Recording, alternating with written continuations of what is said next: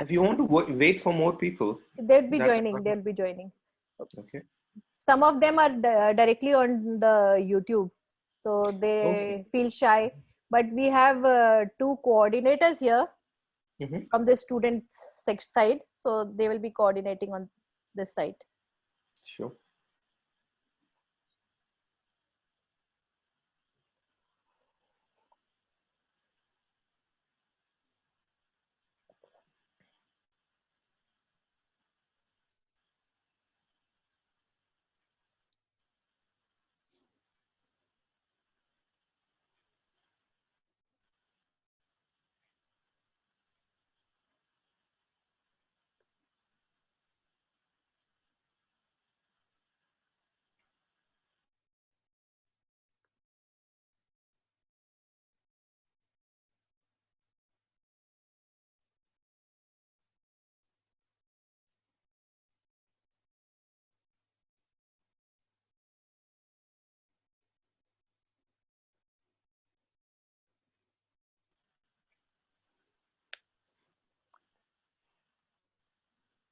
Lipika, please check at the YouTube site if you are getting the display there.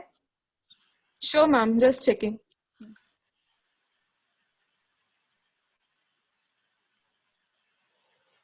And in the chat box, you may write that we have space here on the Zoom. So students who are joining on the YouTube may rather come here.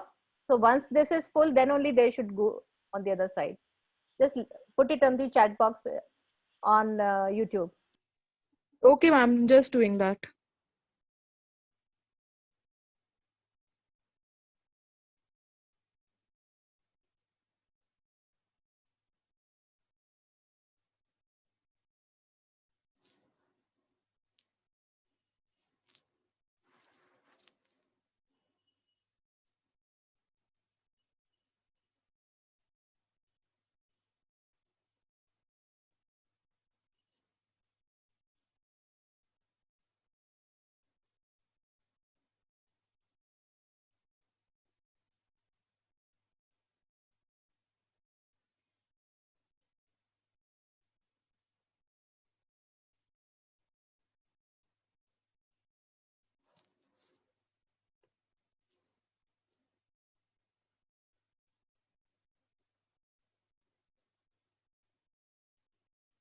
I don't know whether we should be doing it on a holiday or whether we should be doing it on a college day. I fail to understand what should be the best thing to do. If you are doing it on a holiday, the students are free. They don't have their lectures or classes, but then they are in a holiday mood. Yeah. And if you are doing it on a college day, then some or the other posting or something is also going on.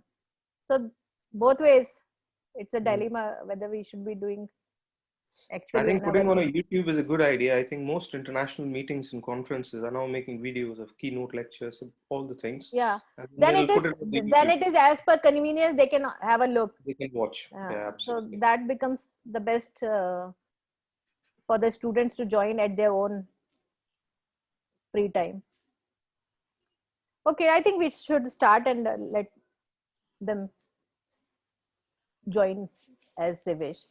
So to start with, we are having our next session, and Dr. Arshad is with us from UK. So just to let you all know that the student coordinators are MBBS batch Lipika and for the BDS Akansha. So if you have any questions during the talk, you can post the questions to Lipika or Akansha. Keep yourself muted. All the questions can also be put in the chat box, and there will be a feedback link. So you need to put your feedback, then only you will receive your certificate. So to talk about the speaker, Dr. Arshad Siddiqui, he is at present a consultant oral and maxillofacial surgeon, head and neck oncologist, and microvascular reconstructive surgeon at Edinburgh. He is an alumnus from King George's Medical University, and he is from 2001 BDS batch. Then he did his MFDS from Royal College of Physicians and Surgeons of Glasgow in 2004, Masters in Medical Sciences in OMFS from University of Glasgow. He joined MBBS from University of Aberdeen in 2010, and he received a certificate of completion of Foundation of Medical Training in 2012. So he did his MRCS in 2013 from Glasgow, MSc in Surgical Sciences from Edinburgh Surgical Sciences uh, from Royal College of Surgeons Edinburgh in 2014. Certificate of completion of core surgical training he received in 2014.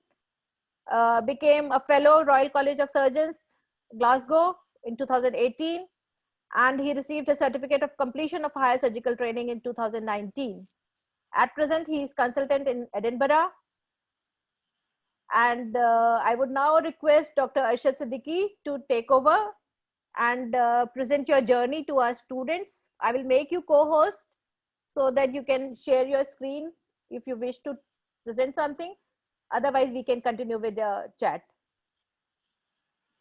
Thank you, ma'am. I must say in the beginning, it's an absolute pleasure to be back on the alumni grounds and, well, on the website at least. And it's absolutely, I very fondly remember my days in the King George Medical College. Still bit a very pleasant memory. And if I can share the screen for 1 second, I'd like to share with the people over there. I'll start sharing now. So if I go on to the next bit of this, sorry, oh, that's the year that I was in KGMC. I joined KGMC 1996 batch, and I qualified in 2001. And I wonder if you can see my cursor. That's me in the yellow shirt. Never mind the fashion sense. This was a time in India where Govinda's movies used to do quite a long halt in the cinemas. And that's me. Can you recognize other girls? Yeah, I mean, can you name a few of your batchmates? So I think the ones in KGMC, let me see where Gyan Prakash Singh is. That's Gyan Prakash Singh, now in orthodontics. And that's Alka in orthodontics as well. Who else stayed in my batch? I think then there were a couple of juniors. Okay. But these are the people. A lot of them went on to do post-graduation. I'm trying to see, that's Ravinder. She did post-graduation in prosthodontics, now settled in Australia. Married to one of her batchmates, Amit Kalra. Trying to see where Amit is, just at the back. That's Amit. So yeah, very fond memories, very good colleagues, very good friends, and I remember them very frequently. We're also coming to, I think from 96 in 2021, it will be 25 years when our batch completes. 25 years of being associated with the alumni. So we're looking to all meet up in next year's time, all being well. I'll stop the share now. So yeah, I finished BDS in 2001, and then I was looking to do post-graduation, and I was always wanting to do maxillofacial or maxfax. And I thought UK would be a good place. So initially I came as a student. I was doing MSc in Glasgow with someone called Prof. Moose at that time. Not many people would know him probably now, but he was quite a big person in the field at the moment, especially in craniofacial. Contributed a lot towards Glasgow. So I did MSc with him, and then I realized that you need to do more than just 2 or 3 years in maxfax to be able to gain further knowledge and skills. So I did a couple of years of SHO jobs, and during that time I passed MFDS and all. And then to get the maxillofacial training in UK is surgical training. You have to do medical degree, and while doing that, you also keep working in maxfax. So that's what I did.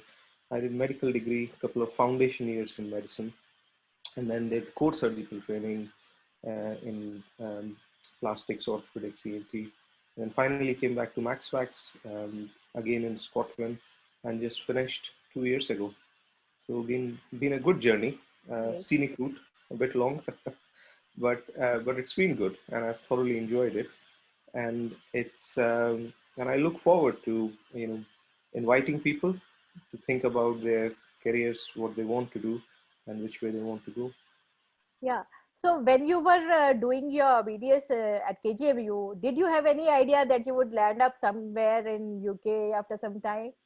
Means, was there any plan of that sort, or it was like after finishing your BDS, you felt like no, I want to go and establish myself in UK. So when did it strike you to look for other options rather than from staying in India? Well, so when I think it was in third year, I first came to a operation theater where you were operating, and Shadab sir was there, and you as a team you were doing a TMG and closes. And I looked at it first time, and I thought, wow, this is what I want to do for the rest of my life. And I think at that stage you had good, you developed good relations with the Glasgow unit. Professor Ashraf Ayub came and gave a lecture on distraction osteogenesis, and he was there. And I went to him and I said, what's training like in Glasgow? And he said, oh yeah, we've got these courses, we've got trainees training, etc. And even at that, I think it was late 1990s, or probably just year 2000, when trainees from Scotland were visiting KDMC. And I thought that looks really, really exciting. And I think that was the moment I decided, and I've never regretted. Yeah, good. I think Ashraf is the person who is actually running the course in of MS in Glasgow universities. I think he's the person who is the main authority for MS. He is. So previously, Prof. Moose used to run the course. Now Prof. Moose is retired for at least 15 years now. I think I was the last batch which did that course. So that's a good course. It gives you the length and breadth of MaxFax. It's hands-on. Yeah. But I mean, as you would tell your students and everyone else would, that you need more than 2 years to learn all this length and breadth of things. So, But it's a good course. It's expensive. There's a fees to it. But you can go on Glasgow University and look at these courses if that's how you want to enter UK. yeah. So obviously you had a good family support. You could bear that cost. If people are struggling for the finances, do you have any options to suggest the students that some alternative resources who can fund for some fellowships or scholarships so that they can get an international exposure? Absolutely. I mean, that's one of the ways to come to UK. Shall I just make this a bit more generalized and take the opportunity to speak about both and dental sides? I'm going to screen share for a second again. So let's talk about um, the dental graduates first, and as they are, I'll take this photograph off.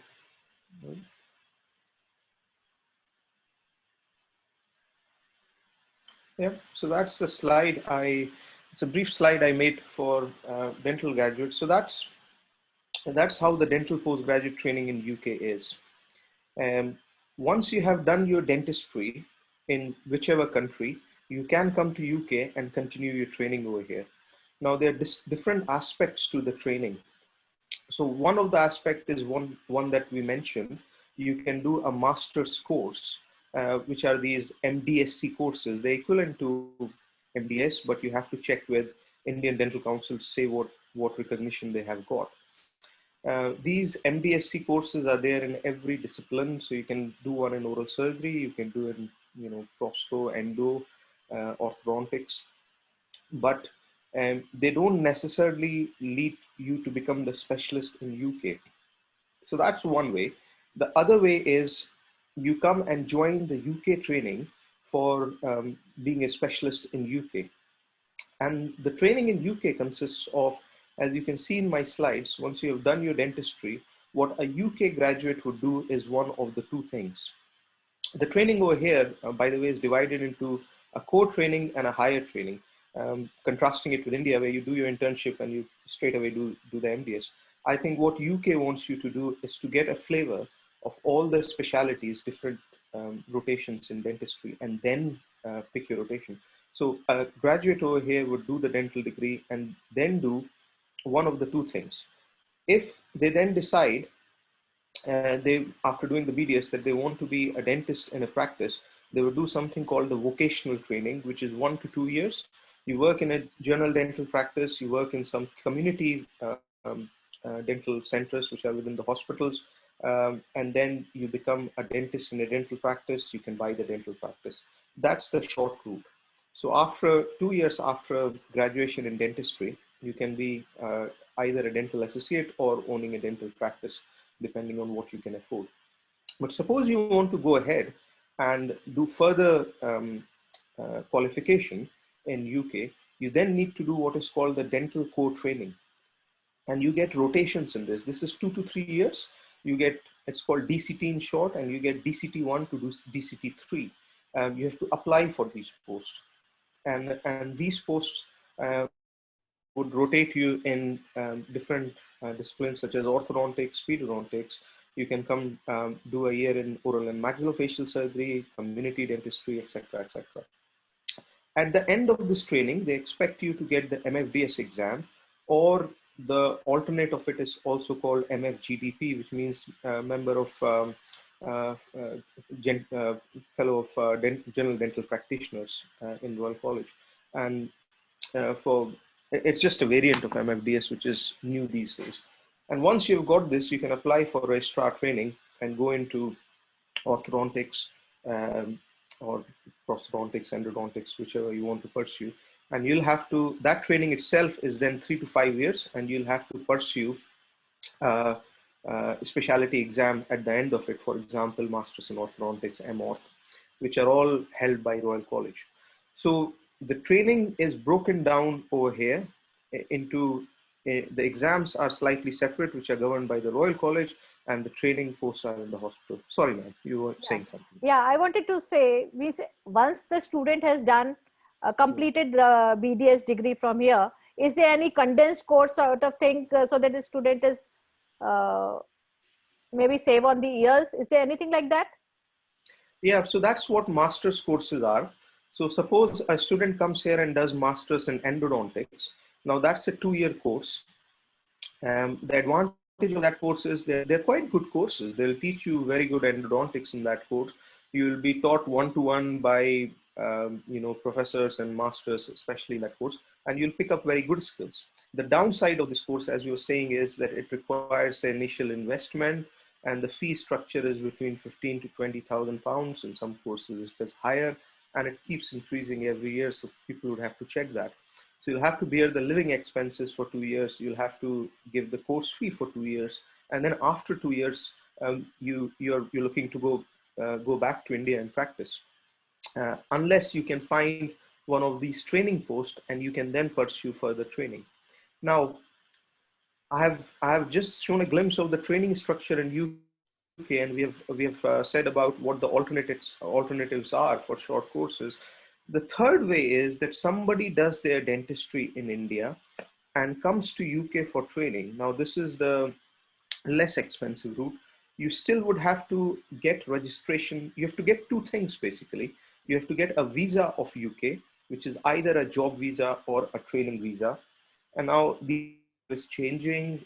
Recently, UK have left the Economic Union, European Economic Union.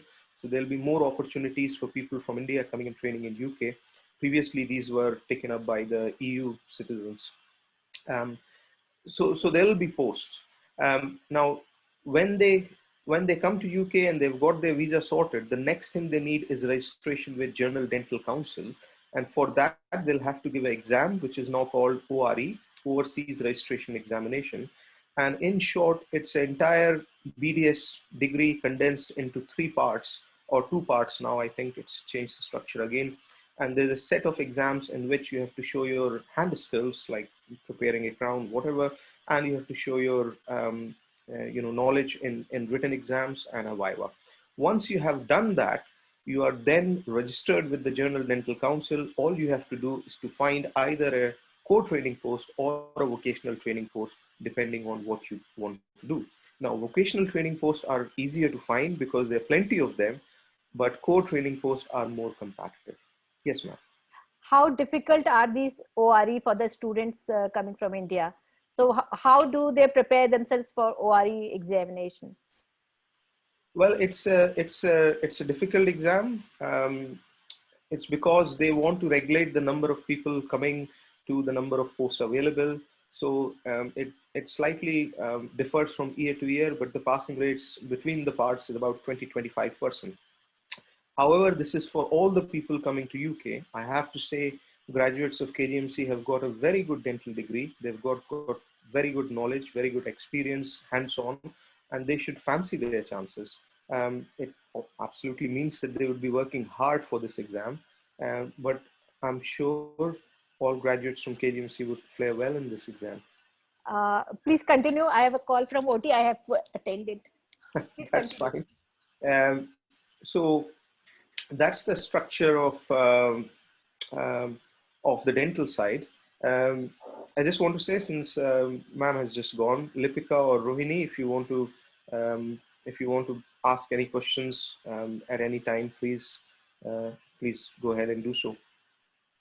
Um, so that's the dental structure. I'll just summarize. So once you have done your dental degree, um, the training in UK is either doing dental core training with the aim to getting into specialist posts. Now, these dental core training posts are limited and they're quite competitive. They're just like the PG posts in India. And then doing a specialty post are even a bit more competitive and even more limited. So that's where you get ready for hard work. Coming from India, doing your overseas registration examination and looking for vocational training. Once you get a year of vocational training, you are quite likely to get a place as a dentist in a practice, and you can settle nicely in UK. If you want to go back to India, then you plan it for doing a master's degree, and you can do, there are various master's degree in every UK university. You can do that, do a condensed course, go back in India, and you'd still go with very good skills. So that's the dental side. Can I just come to the people who have graduated in Medical medicine? science. Yes. Oh, sorry. Yeah, that's it. So medicine degree, I'll just tell you what the structure is in UK and where can you join this structure. So um, the medical degree in UK is 5 to 6 years, called MBBS or MBCHB, Master of Medicine and Surgery or Surgery. Um, After doing medicine in UK, as in India, you can do internship and then you can proceed and be an independent practitioner. But in UK, the structure is slightly different. So after doing MBBS, you cannot, or internship in most MBBS degrees are included as a part. I did MBBS in Aberdeen, and my internship was the final year. All the exams were done in the 5th year, and final year was internship. But then after doing that, you cannot practice as an independent practitioner into anything. What you have to do is a compulsory 2-year foundation medical training, which means you'll be working in a hospital. That's a paid post. You'll be working in a hospital for 2 years and you'll be rotating through, common subspecialties. So you might be doing pediatrics, psychiatry, जल्दी obs and खत्म gynae, करो आप. general practice, medical posting, surgical postings, etc., etc. At the end of foundation training, you get a certificate which is called Foundation Training Certificate, and that certificate is a must for joining further training, which is divided into two. You now decide whether you want to become a general practitioner, and that's a 3 to 5 year training, and you are a GP or a general practitioner, or you decide I want to go into specialist medical training.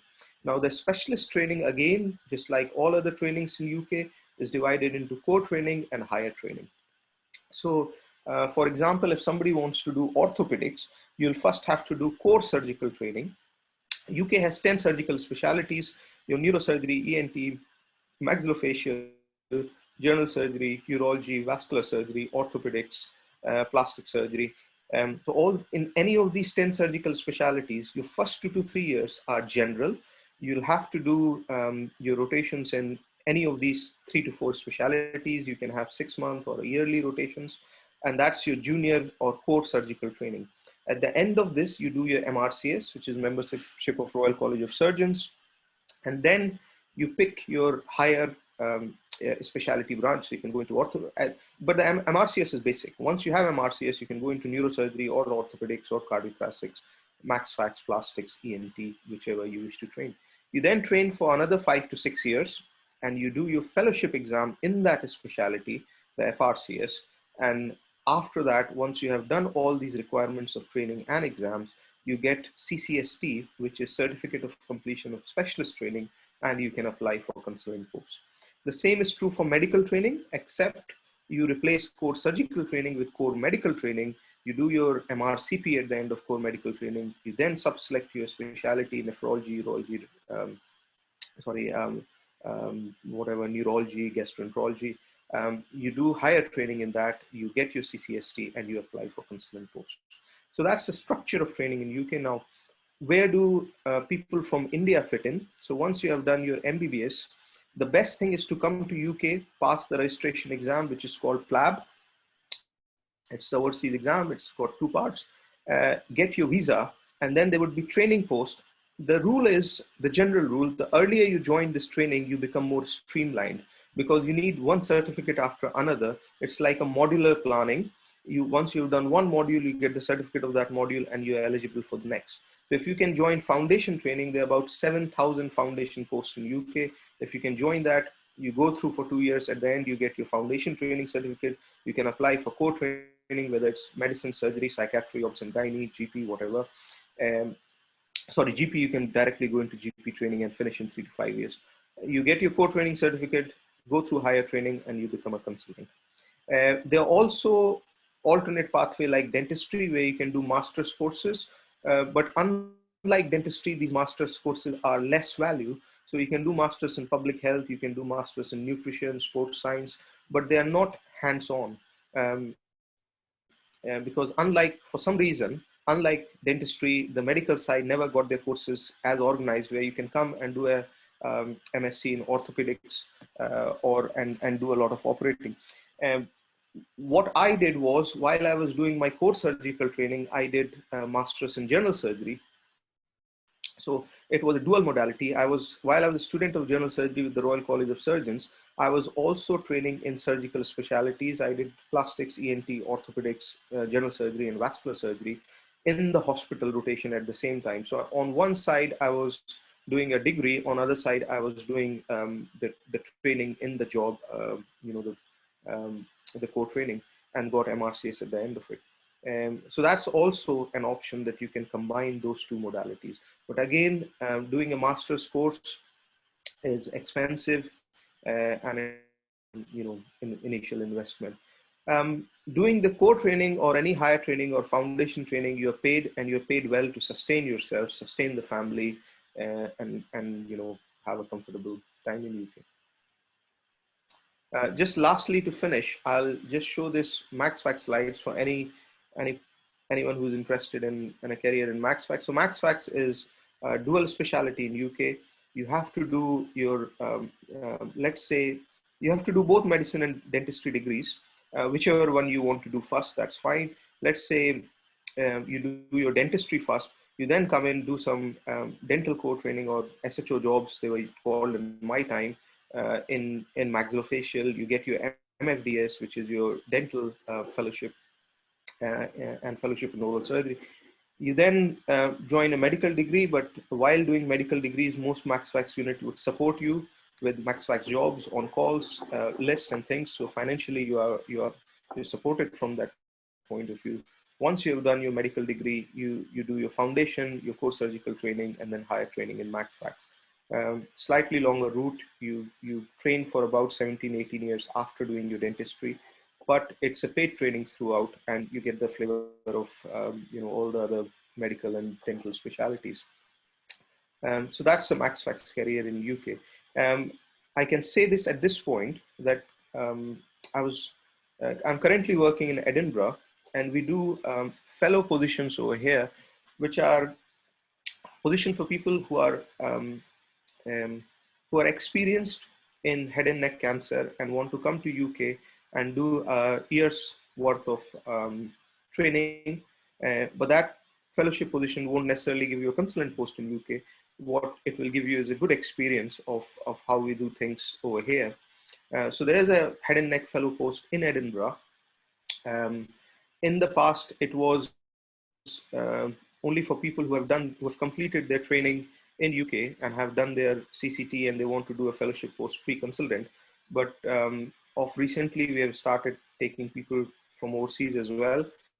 We had a fellow from Sri Lanka, but I had to say that to be they are quite competitive post, and to be in competition for that, you should have something more than your MDS from India. You should have experience in a unit that does oncology. You should have, at least 5-7 years of experience treating cancer patients, because those posts are for people who can independently look after patients in the wards and can operate. So I can leave somebody doing a neck dissection or raising a radial forearm flap or something like that.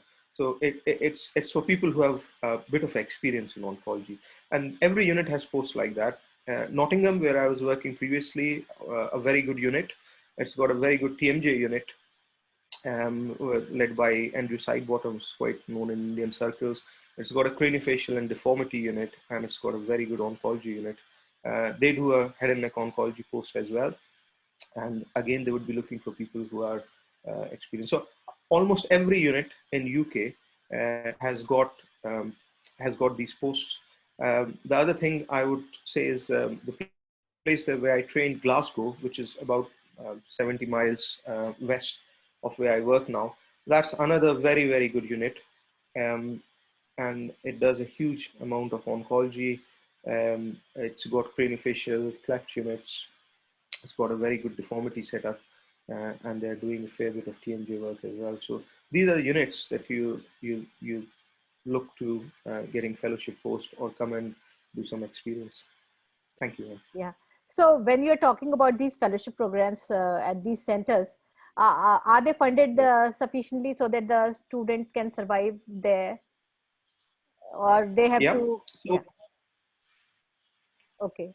well, I mean, again, there are two types. So one is people come on fellowships, that there are grants for their fellowships, and they can get grants via the Royal College, like your TC White Fellowship. I don't exactly know how much the funds are, but speaking to people who have come as those in the past, I think they're well enough to sustain yourself in UK, and you can come and do some time over here.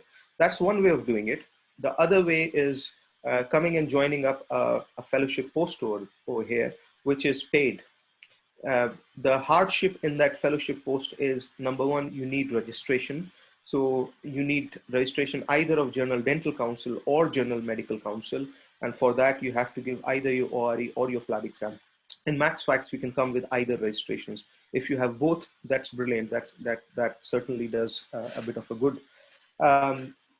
Those posts are funded, and you get equivalent of, let me just put a ballpark figure on it. So you get about 7,000 to 8,000 pounds a month in pay. Obviously, the taxation in UK is brilliant, and you lose half of it in taxes.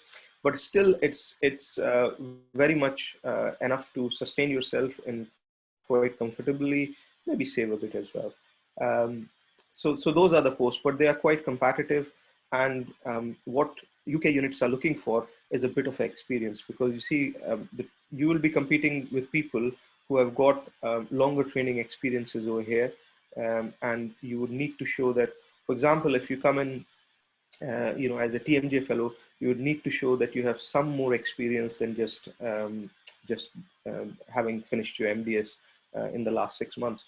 The advantage which KGMC graduates have is the amount of experience we get in years, you get in weeks, because you have the wealth of these cases over there.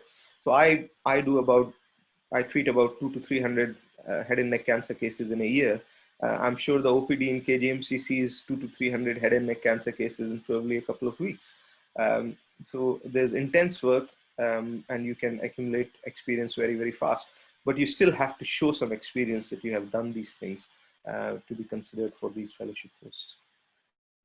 Yeah.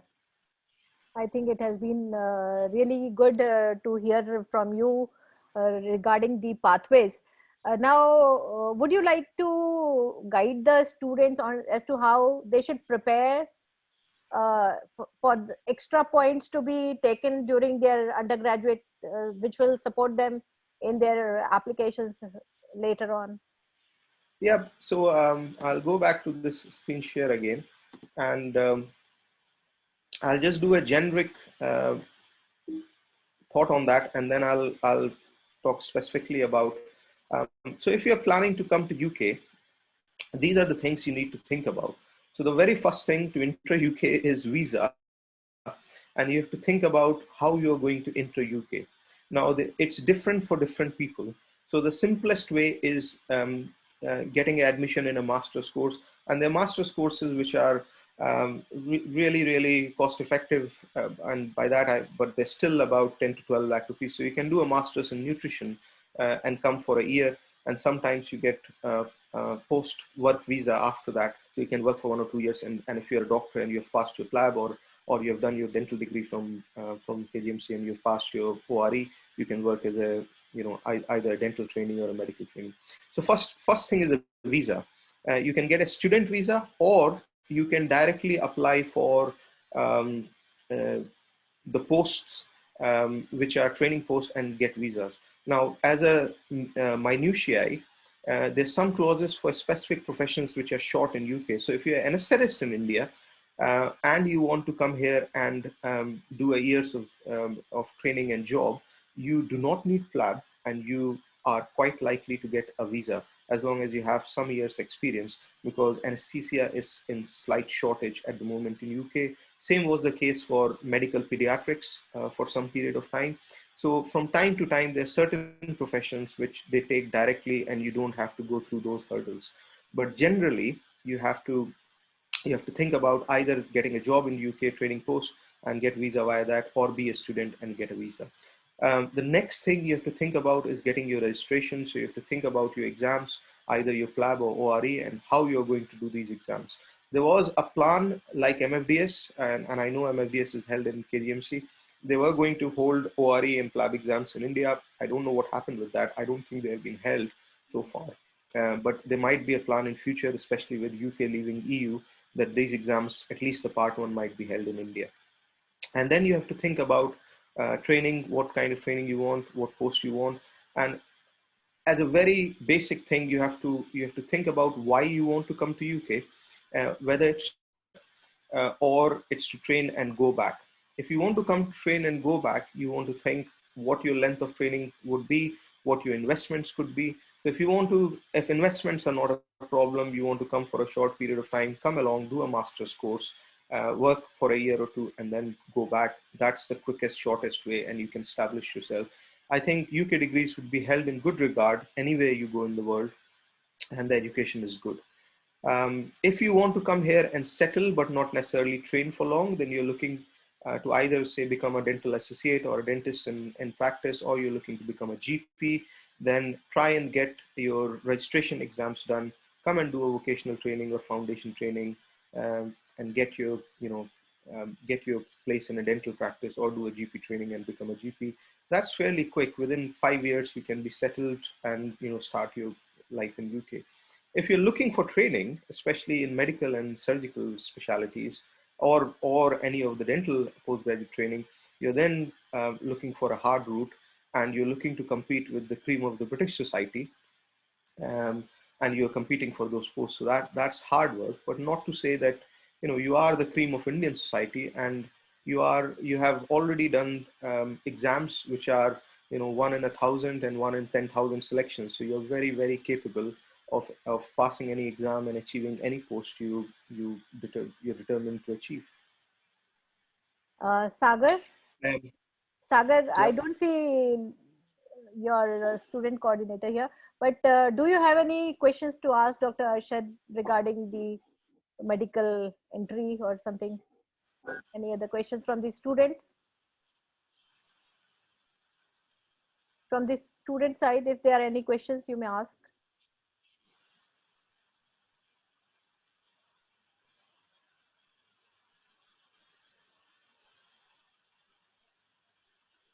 I suppose none. Okay. Anybody wants to ask anything? Okay. So Stunned silence. Absolute Well, silence. what I can say is that if you have any queries about dental training or medical training in general, they can. I'm more than happy to look into those queries and answer that. And if there's anyone, I mean, have I am now more limited to max facts, and that's what my job is. If there are any candidates who want to train in max facts and want to get in touch, um, that's not a problem at all. I'll definitely look into what Would can you be like done to for share? them. Would you like to share your email on one of? If you couldn't quickly put up your email address so that it will come on record, so anybody can mail you if they have any query. Yeah, is that okay? Okay. So thank you, Dr. Arshad, for joining in, sharing your experience with our students. And I would like Oh to. yes, yeah. Sorry, you're back. I couldn't hear you last thing. Oh, I thought we lost you. No, no, I'm still here. Okay, so maybe my internet was the issue. So thank you so much, Dr. Arshad. Maybe we'll come up to you for some special MaxPax lectures sometime to train our MaxPax students virtually, though, for the time being, since all the travel uh, Is limited at the is moment, and limited. we have Yes, invented a new strain as well. We were yes. just bored So with the last one. yeah. So wishing you New Year wishes, happy holidays. See you again And sometime. likewise, Yeah. I'd likewise, like it to will be an share. absolute pleasure. I'd like to share my screen and present you a certificate. I'll mail it to you personally. Yeah.